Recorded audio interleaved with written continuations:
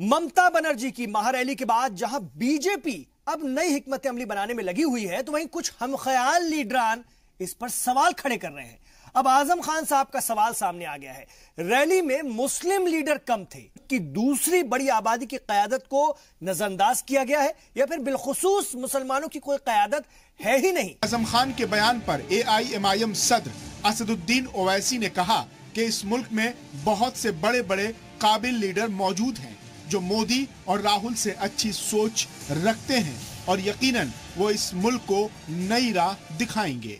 यकीनन इस मुल्क को non BJP non Congress prime minister की ज़रूरत है और ये होने जा रहा है इंशाअल्लाह। और जब ये होगा तो केओस सिर्फ बीजेपी और RSS रैंक में होगा। इनको इस केओस की एनार्की की कोई फिक्र नहीं है, मगर जब सत्ता जा रही है तो ये कहना कि मुल्क में एनार्की हो जाएगी, ऐसे 56 आएंगे चले जाएंगे, मुल्क में एनार्की नहीं होगी।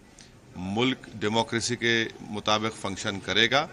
यकीनन जब सत्ता चले जाएगी तो RSS और बीजेपी के रैंक्स में एनार्की होगी।